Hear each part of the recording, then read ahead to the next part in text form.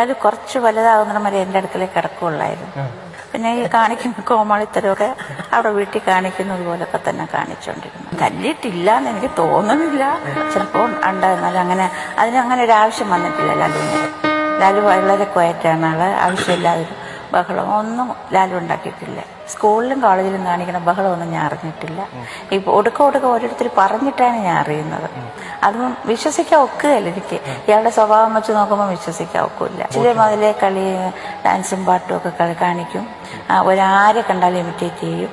അങ്ങനെയൊക്കെ ഉള്ളപ്പോഴും ഞാൻ പറയായിരുന്നു നിന്നെ സിനിമയിൽ വിട്ടാലേ കൊള്ളുള്ളൂ. ഇതിനായിട്ട് ഇറങ്ങണം എന്ന് പറഞ്ഞായിരുന്നു ഒരു ഡിഗ്രിയൊക്കെ കിട്ടിയിട്ട് മതി എന്ന് മാത്രം പറഞ്ഞായിരുന്നു. എൻ്റെ 2 മക്കളും തമ്മിൽ കുറച്ച് ഏജ് ഡിഫറൻസ് ഉണ്ട്. അപ്പം ഫ്രണ്ട്ഷിപ്പ് അല്ലല്ലോ, കൂടുതലൊരു ബഹുമാനം കൂടി ഉണ്ട് അതിനകത്ത്. അടി കൂടും ചിലപ്പോഴേ ഉള്ളൂ, വളരെ കുറവാണ് അടി, എന്നാലും കൂടും. ഒരുപാട് ഫ്രണ്ട്സ് ഉണ്ട്. അതാണ് അവൻ